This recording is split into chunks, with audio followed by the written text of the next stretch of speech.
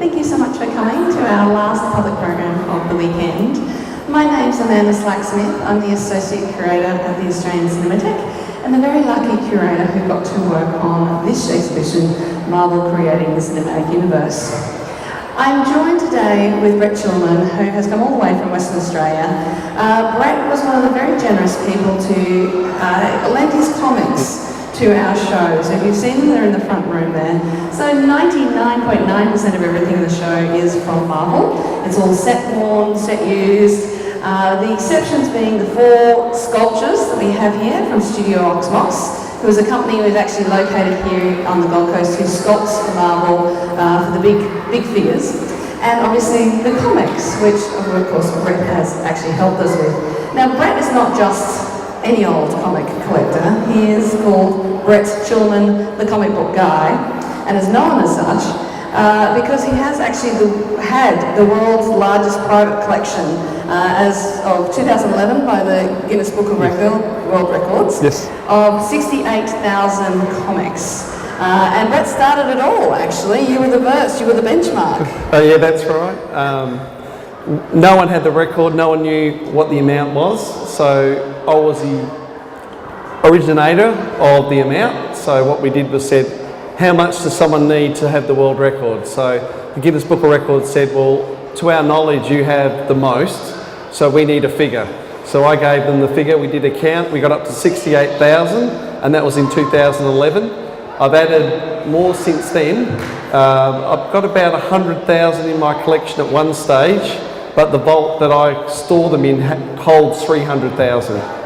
Now we're going to hold on the vault. The vault is a very interesting story, but we'll get there. Because like all good stories, there's an arc to this conversation. And I suppose my first question is, how do you become a collector? What makes you a collector as opposed to somebody who has a lot of comics? Basically, when you start collecting, you become a reader. So you'd read comics, you'd put them under your bed, you'd just not really care too much about them. There'd be odds and sods, you wouldn't really have a pattern to it. But then over time, from the reader, you become a collector. And that's when you actually take pride, you actually care about what you're reading, what you're buying. And that's when you actually build a vault, when you get to my stage. And that's when you actually start looking at those investment quality ones, those key issues that you need because you want them for down the track. So you obviously started as a comic book reader though. When was that? Oh, in the 80s I started collecting comic books, and I still get tricked these days where people ask me, you know, when did you start collecting? And I say, oh, in the 1980s. And they're saying, oh, so most of your stuff's at least 30 years old. And I'm going, no. Oh, yeah, it is, isn't it? Now, I think we had this conversation, but are you a Marvel or a DC guy? Like, what is your main bulk of your collection? Oh, I collect basically everything, and I collect everything I don't have, but I'm mainly a Marvel guy. So I've even named my kids after comic books. So my middle son's named Logan. And your daughter? My daughter Belle is named after Tinkerbell and Belle out of Beauty and the Beast. And my oldest son is named Tristan, so Prince Tristan out of Stardust. Which is pretty fabulous. Well, he's a ballroom dancer, so he's like a prince. So what was the comic? What was the thing that got you into reading comics? Was there a particular line that you just went, this is it, I love comics? Well, when I was younger, I used to play basketball, so I'd travel a lot. And we used to have petrol stations where you go in and you buy comic books for a couple of dollars while you're travelling. So I used to collect all the old Disney ones and all that sort of stuff. But then over time you started getting into the Marvel and all the other characters. But in the issues they used to say, you know, for more information on when the last time these guys fought, buy this issue. And then when the last time this happened, buy this issue. So of course I'm going to comic book stores trying to buy those issues to find out what happened last time. I don't know, I wasn't there. Fair enough. And would Wolverine be your favourite character? Oh, Wolverine, definitely my favourite character. As I said, Logan's named after Wolverine, so he has to have his collection of Wolverines and they're in his own box just for him. Fair enough. So I'm interested I found comics I'm a comic book reader, have been for, decades now, love comics, but I'm not a collector. So when I actually started looking for this exhibition about comics and the way things are filed and just all that information, I found it really confusing. So how do you keep all of that information in line? Or what are the systems that you keep in place? Well, for the true collectors, I've devised the Triple B system. So when you get a comic book, you put it in a bag, and that bag's generally acid proof. So acid free, you want an acid free bag to store your comic as long as possible. Then I've got backing boards, and the backing boards are white boards that are acid free again, and they're good to keep your comic books up straight so that they don't get damaged while you're storing them. And it's good because you can also use a labeler and label the back of the bag, because there are variants and things now that you need to be aware of. Then once you've done that, the last B is you box it. So when you put it in a box, what I do is I make sure that the odd numbers face the front and the even numbers face the back. Because as people might be aware, when you store something in the same order, it gets that nice spine curve going and you're going to get them damaged. So this way I can keep track of my comic books, and if it's an odd number, I keep the box that way, and if it's an even number, I just turn the box around and look for it the other way. So obviously if you've boxed up all your comics, do you actually read them? Do you ever pull out an issue and read, or are you now always reading online? Online's great because you can just sample stuff online digitally and get an idea of whether it's worth buying or not. But basically, because I'm a collector, I just buy anything I don't have. Fair enough. And is there something that's gotten away? Is there something that you really desperately want in your collection? Well, there's the Captain America that I'd love to have my hands on. Unfortunately, it's out of my price range, but you never know. Fair enough. So we did hint a little bit at this vault that you talked about. I mean, not every collector has a vault, I would suspect. Tell us a little bit about this. Well, basically, when you get to a certain level of craziness or obsession, depends on how you want to look at it, I created a vault, and basically it's a house attached to my house. So when you walk into the house, you walk into a room, and then through that room you go through a door, and then that leads into a panic room. That's how a lot of people describe it. One door in, and that's it, and it's light controlled, humidity controlled, dust proof, triple insulated, 8-hour fire resistant. So that is the best of the best. How do you go about getting that installed in your house? I actually broke 4 building codes with the room. So luckily I've got friends that know of me, and the Shire gave me special permission to break those rules. For example, one of them is for fire, you must have an exit door in that room. But because they're aware of who I am and what I need it for, they made it exempt for me to have that exit door, because if I can get out, it means people can get in.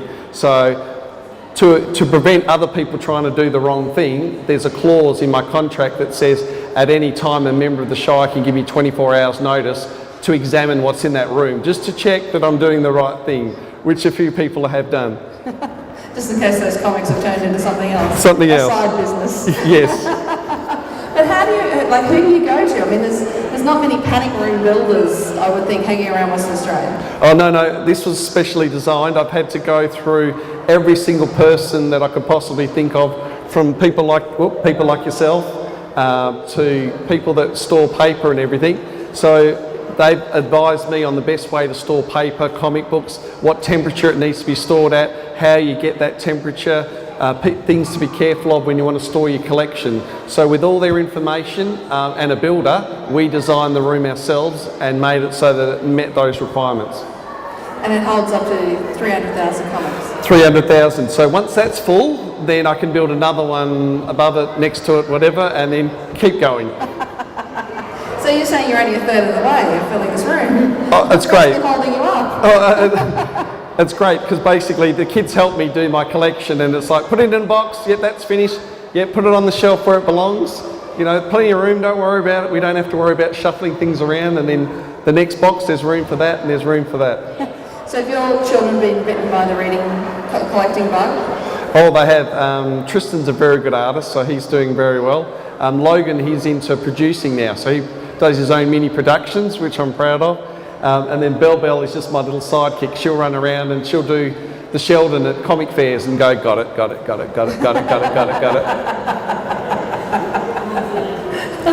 And do they obviously tell their friends that they have a 100,000 collection of comics at home? Well, my kids refer to me as the comic guy to their friends. So they go, this is my dad, the comic guy. and Belle hasn't got to the idea of what I do yet, so she's still not old enough. So her teachers will say, "Oh, I saw your dad in the paper, you know, what does he do?" And they know, and she'll go, "He reads comic books." And they go, "No, he does something else, doesn't he?" "Yeah, he watches Netflix." No, he does galleries, doesn't he?" "Yeah, I think so, but I don't really do much with that. I like the movies and the comics." Well, that's the thing. You have actually had an exhibition at Ellenbrook where you're at of your comics. So just tell us a little bit about that. Yeah, what I do is I do a free exhibition every couple of years at the Ellenbrook Gallery, and it's designed so that each year I get a theme. And we try to outdo the theme each year. And the last gallery I did at Ellenbrook, they said, you know, Healthway sponsored me because I don't smoke and I don't drink, so we want to encourage the kids to read and not drink and smoke. And I'm all behind that. So I said, how can I prove that I am the biggest and best collector in Australia, possibly the world? So they all sat together and they're going, right, we've got 2 rooms. The first room we want teams, and the second room we want A to Z of heroes and villains. Done. And they're like, but we want every letter covered. So we want A to Z of teams and A to Z of heroes and villains. Done. All right, we want every comic to be either a number 1 or a first appearance. Done. And they just went, drop the mic. So, I mean, talk a little bit more about this. I mean, obviously, Comic Collectors, it's about the number, really, isn't it? It's the first release of a comic that's the most important rather than a reprint. I mean, what are the parameters you use when you're collecting? Well, the 2 things that you really need to worry about is, why is that issue important? Is it a first appearance of someone, or did something different happen, someone die or something in that issue? But another thing that you've got to be aware of is condition. You know, condition is very, very important. You know, you don't go to a car dealership and see a car that's a Porsche with scratches down the side. You're not going to buy that. You want the best of the best. So my goal is to keep buying comics, and if I do see one and mine has that little crease or something in it, I'll swap it for one that's better, and then I'll keep evolving my collection, making them better and better all the time. I can understand that. Now, you were also telling me a little bit before about barcodes. Now, this was a little I didn't quite understand. So you can explain why barcodes are important. All right, for the serious collectors out there now that are collecting now, what they've done to make it easier for us, especially with variants now, the different covers, they've given us 2 barcodes, and down the bottom, the barcode down the bottom, I don't have a comic to show you, has got, that barcode represents the comic itself. But there's a separate barcode to the side now, and if you look at the first 3 digits, those first 3 digits will tell you the issue number. The second last number will tell you what cover number it is, and the last number will tell you what printing it is. So the idea is, if you've got a first issue, it should be 001, 1 first cover and 1 first print. So normally if you're buying online, ask to get a picture of that barcode so that you can just confirm whether it's a first print and which cover it is. So is there like a secret society of collectors, comic book collectors out there? Is there a secret handshake or anything that we need to know about?